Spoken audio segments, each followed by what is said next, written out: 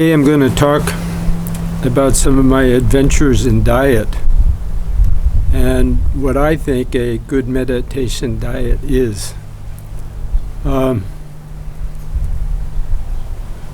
Before I even started meditating, I was interested in food. This was primarily an influence from my father, who is a very good athlete. And he stressed all through my growing up as a young child into adulthood, no canned food, lots of salad, and whole foods, and protein. And for that, my father mostly ate steak and fish and eggs and so forth. So basically, we certainly wouldn't call his a sattvic diet. So speaking of sattvic, so let's talk about the three food groupings very briefly. Sattvic is pure. In terms of food, this means ghee, cow's milk, butter, most vegetables, and most fruit are sattvic. And these are food that are considered the most promoting of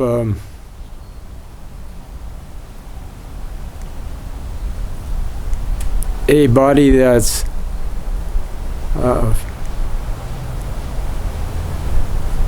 healthy as a result of avoiding illness.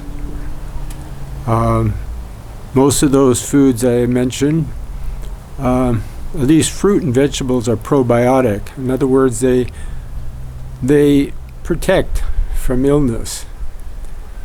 They also are light and don't bog the mind down.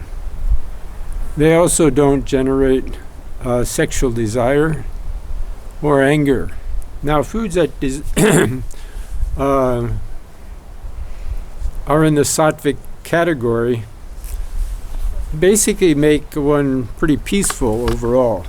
So then the other categories, there's three categories: sattvic, rajasic, and tamasic.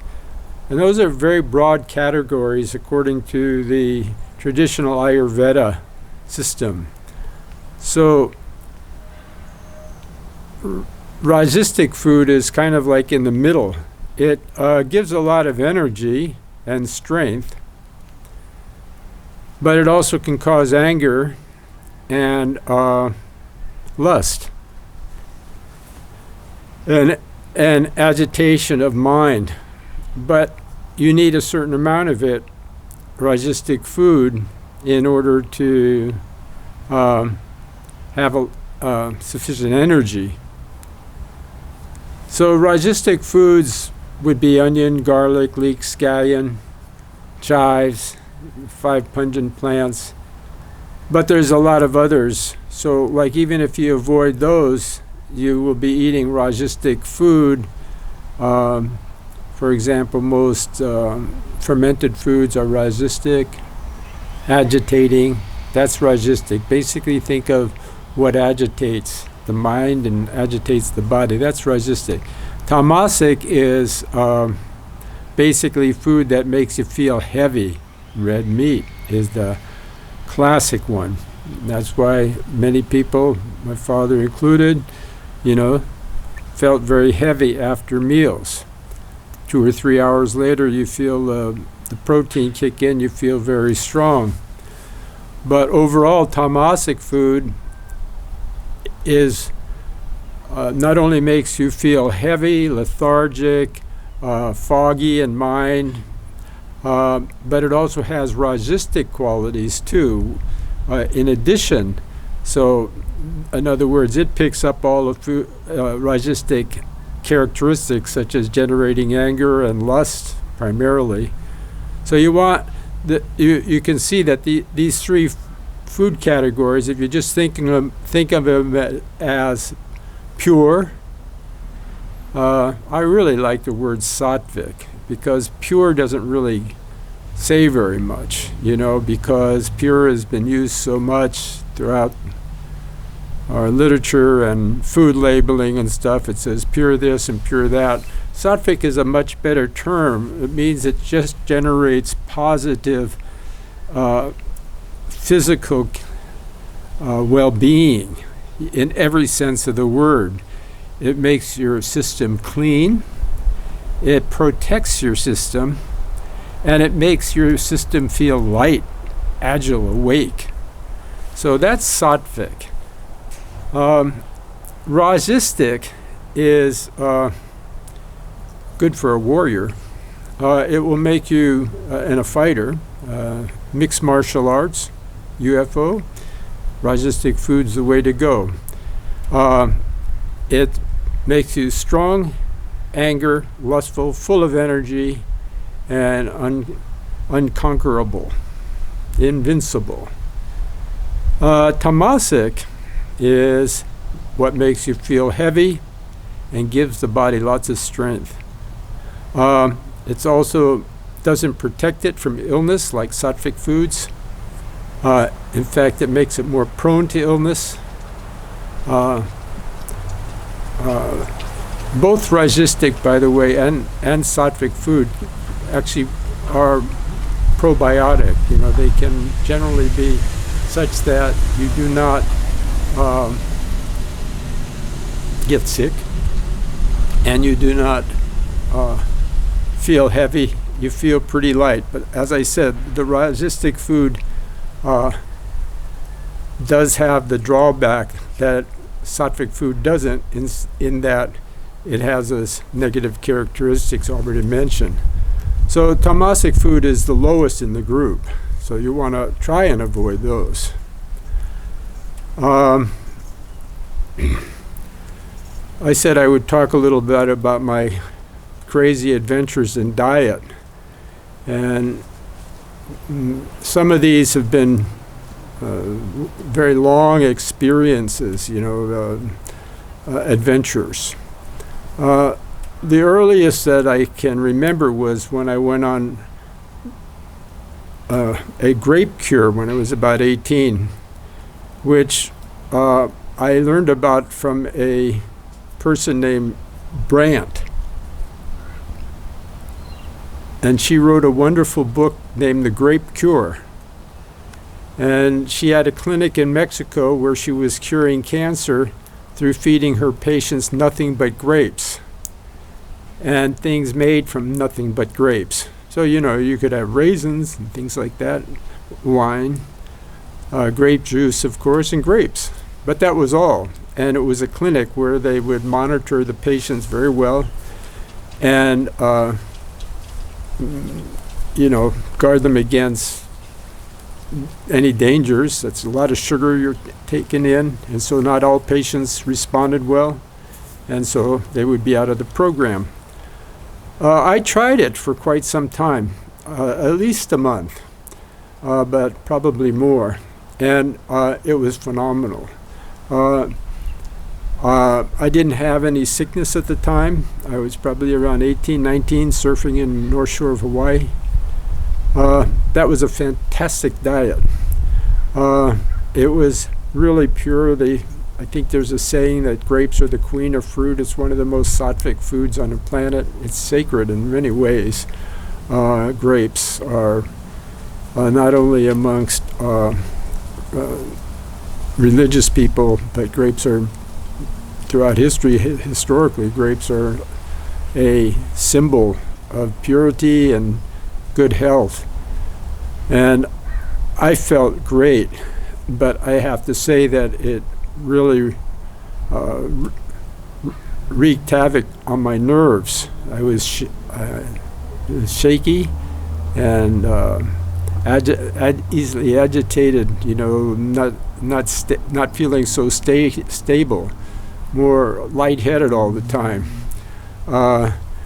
and energetic, but it was cleansing. So that was a good diet. Another one I went on was a macrobiotic diet made famous by George Ohsawa. So most people have heard of the macrobiotic diet. Ohsawa wrote several books on it and how to practice it. There's different levels of practicing the Ohsawa macrobiotic diet. The level I practiced it on was 90% yang.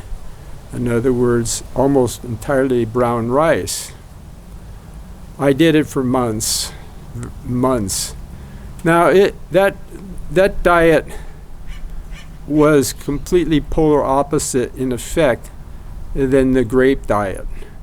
The Grape diet had me like feeling like I was flying high all the time. The macrobiotic diet on the level 9, which I was on, 9 to 10, is 90% brown rice, and the rest is like pickled and fermented food. So that diet, and myself being a big eater, I ate, considerable, probably a pound of brown rice, dried brown rice a day, at least. That diet was a great meditation diet. It made me feel really grounded, very, very solid. My health was very good. I felt very strong.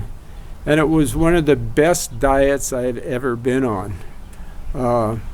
Very, very, very, very, very good diet. And I had a lot of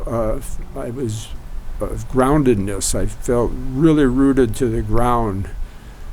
And for meditation, it was extraordinary.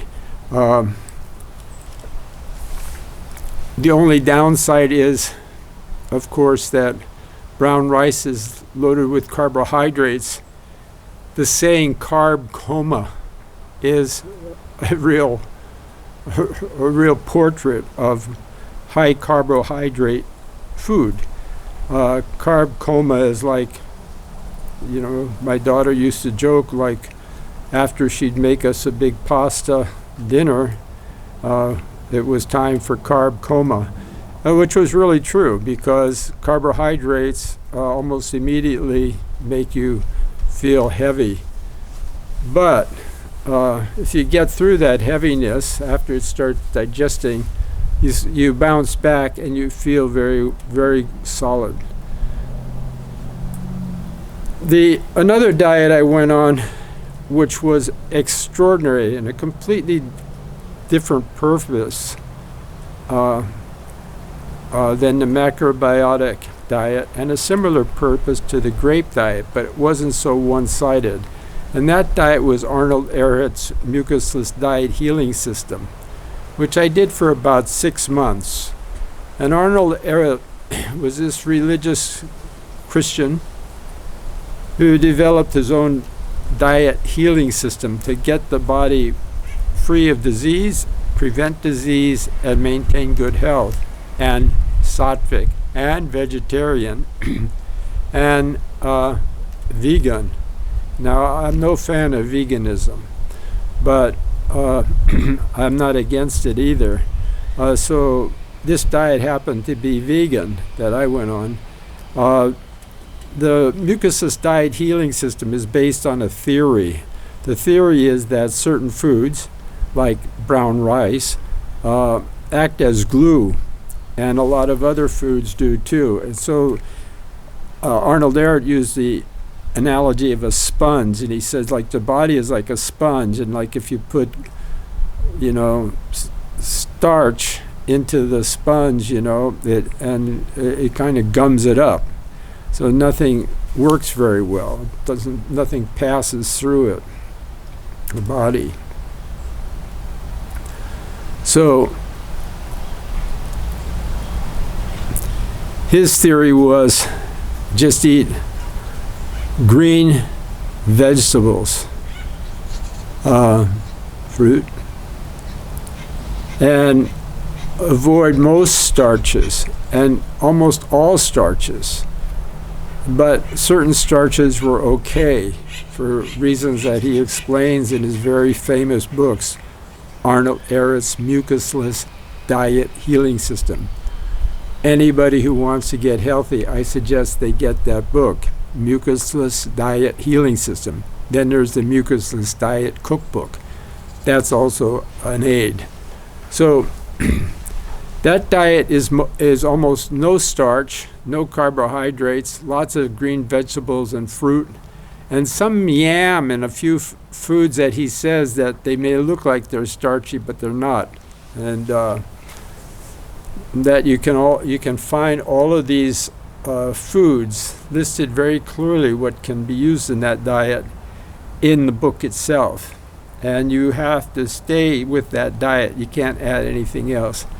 Now, as the title says, Mucusless Diet Healing System, it just removes all kind of clogging in our pores and our flesh and our tissue and our fat. It just cleans out the body. It's going to be great for losing weight for those who are overweight. I don't believe there's any milk, dairy, anything like that. It really is a cleansing diet, and it's a healing diet, and it happens to be very, very good for energy and meditation because you don't get tired on it. You don't get feeling lethargic and so forth.